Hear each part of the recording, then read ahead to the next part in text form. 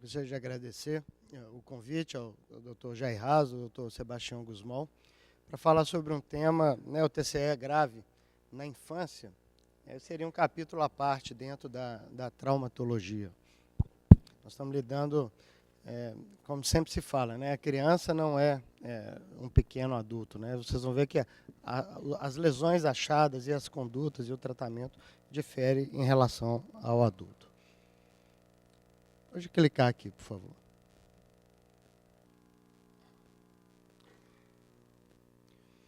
Bom, então, um pouco em relação... Eu represento aqui o Hospital João 23. O Hospital João 23 é um hospital referência de trauma aqui em Belo Horizonte, onde é um hospital onde todos os leitos são dedicados para o trauma. Das 48 camas de UTI que nós temos, 9 são para a população, para as crianças. No ano passado, nós tivemos 1.862 traumas crânioencefálicos que necessitaram internação, ou seja, TCE leve, moderado ou grave. Desses, 33% eram crianças abaixo de 16 anos. E a UTI pediátrica tem uma média de 250 crianças com TCE grave admitidas por ano. O que a literatura fala sobre o trauma na criança? Mostra que a mortalidade na criança, globalmente, seria menor do que nos adultos. Mas quando nós olhamos as crianças muito novas, abaixo de 5 anos, a sua mortalidade aumenta. O que Marmaru fala é que, na verdade, essa diferença de mortalidade pode estar mais relacionada ao mecanismo de trauma das diferentes faixas etárias do que um fator biológico da idade por si só. Um pouquinho dos nossos números, para se ter ideia qual que é a nossa população que a gente atende no Hospital João 23. No período de 5 anos, isso foi um levantamento da UTI pediátrica, do Dr. Sérgio Guerra, o chefe da UTI. Em 5 anos, tivemos 191 crianças com TCE grave. A idade variou de 2 meses a 16 anos e o mecanismo de trauma mais comum foi atropelamento por carro, acidente automobilístico, a criança como passageiro, ou as quedas. E o achado tomográfico mais comum na criança seria o brain swelling, a lesão axonal difusa e as contusões. O que muda em relação ao atendimento inicial de uma criança politraumatizada? Os princípios do ATLS são o mesmo, ou seja, tratar primeiro o que mata primeiro, o ABCDE. Mas tem as particularidades da criança para cada uma dessas letras. Enquanto no adulto, a principal causa de morte na primeira hora após o trauma é o choque hemorrágico, na criança, a principal causa de mortalidade são os problemas da letra B, a hipóxia, e o TCE. Lembrar que na criança abaixo de 3 anos, a gente tem que aplicar a escala de Glasgow modificada, principalmente para a resposta verbal. E agora sim a gente pode classificar as lesões traumáticas como lesões primárias ou secundárias. As primárias, aquelas que ocorrem no momento do trauma, e as secundárias, as que vão ocorrer horas ou dias após. E eu escolhi falar aqui sobre aquela lesão que causa maior impacto, que por si só seria um fator de mau prognóstico, que é a hipertensão intracraniana. No adulto, o que a gente faz na UTI é calcular a pressão arterial média menos a pique e manter a pressão de perfusão em torno de 60 e 70. Mas esse artigo mostra que não há uma pressão de perfusão cerebral segura na criança. Para cada faixa etária, a gente teria que manter no percentil 50. Então, o que a gente indica é que trate agressivamente a hipertensão intracraniana. A classificação tomográfica de Marshall, uma classificação para pacientes com Glasgow abaixo de 9, é muito útil para prognóstico, porque ela nos dá uma ideia da incidência da hipertensão intracraniana e mortalidade. Por exemplo, uma criança com Glasgow abaixo de 9 e com a tomografia Marshall 1 e 2, ela tem de 10% a 14% de mortalidade. Quando a gente já está conversando sobre um Marshall 3, cisternas apagadas e sem desvio da linha média importante, a mortalidade aumenta para 34%. E no swelling unilateral, o Marshall 4, a mortalidade é tão alta quanto 56%. Esse slide simplifica o que a gente faz na UTI do Hospital João 23. Embora saiba-se que a monitoração da PIC por uma DVE seria o padrão ouro, ou seja, o catéter dentro do ventrículo seria o padrão ouro para a monitoração da pressão intracraniana.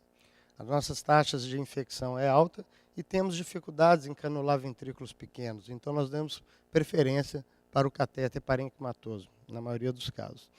Catéter de oximetria cerebral não utilizamos ainda em criança, já utilizei em alguns pacientes adultos, mas a literatura está ainda definindo qual é o nível de oxigenação ideal. Enquanto no adulto se fala em 20 milímetros de mercúrio, um artigo recente sugere que talvez na criança seria em 30 milímetros de mercúrio.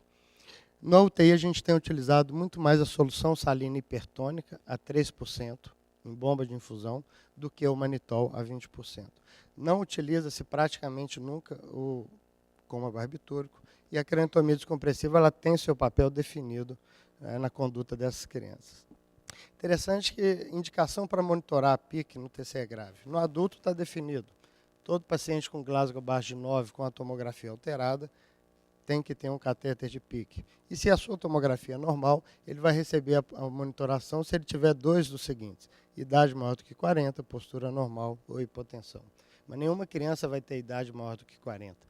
Então, o que talvez seria interessante é que a criança mais nova, quanto mais nova, abaixo de 3 anos, de 5 anos, ela tenha uma maior incidência de hipertensão intracraniana refratária. Em relação ao tratamento, então a gente tem que falar sobre a descompressiva. A descompressiva é uma arma potente no tratamento da hipertensão e ela é indicada numa única situação: perda da autorregulação. Então a gente indica a descompressiva no brain swelling. Se o brain swelling é bilateral, essa criança deve ir ao UTI, monitorar a pressão, e a descompressiva é feita só se as medidas se tornam refratárias. E se a gente tem uma criança com swelling unilateral, desvio da linha média maior do que 5, que é anisocórica, essa criança merece ir primeiro ao bloco cirúrgico, receber a descompressiva e depois vai à UTI com a monitoração da PIC. Mais importante do que saber indicar é talvez fazer a técnica adequada. Deve-se tomar cuidado com essa incisão em interrogação invertida, porque na tentativa de fazer um flap ósseo maior, a tendência de puxar posteriormente essa incisão causa necrose nessa borda. Então a gente faz de rotina a incisão de Kemp. A craniotomia deve ser a mais ampla possível, mas o mais importante na craniotomia é a craniectomia temporal, porque é isso que descomprime o tronco encefálico. E indicamos a sutura contínua da dura mater, pontos contínuos, herméticos, para diminuir a incidência de fístula helicórica. Em relação à cranioplastia, quando fazer? O tão precoce, assim que desinchar a área da craniectomia, está indicado já restaurar a anatomia normal do osso. E o ideal é que se utilize o osso autólogo. Então lá a gente tem, por não ter banco de osso, a gente armazena no subcutâneo abdominal. Não raro ocorre infecção desse osso. E aí a gente descarta e damos preferência à tela de titânio.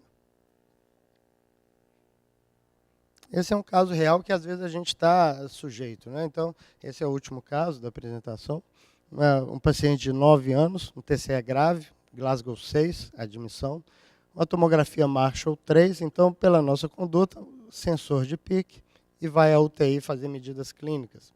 E apesar de fazer medidas clínicas máximas, a pressão estava em 35 milímetros de mercúrio.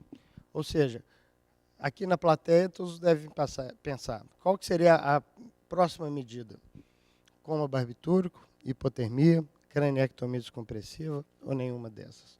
Tivemos sorte que nesse paciente específico a gente estava com uma visita de leito junto com o Chesnut e o Walter Videta. Um indicou coma barbitúrico, o outro indicaria craniectomia descompressiva.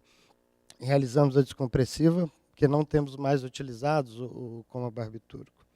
E essa criança, 2 anos após, aqui uma ressonância, a área da cranioplastia com tela, e ele com uma boa evolução, nesse momento com déficit de atenção e hiperatividade. Concluindo, gostaria de agradecer, antes de agradecer, gostaria de concluir mostrando que a descompressiva, ela com certeza, ela diminui a pressão intracraniana, isso não há dúvida. O que a gente vê a literatura discutindo agora é se ela realmente melhora o prognóstico. O que é fato? Quem faz descompressiva vê que existem complicações após a técnica, principalmente distúrbio de circulação licórica, hidrocefalia, coleções subdurais. E se a gente não entender e tratar bem essas complicações, realmente a nossa descompressiva pode não estar melhorando o prognóstico desses pacientes.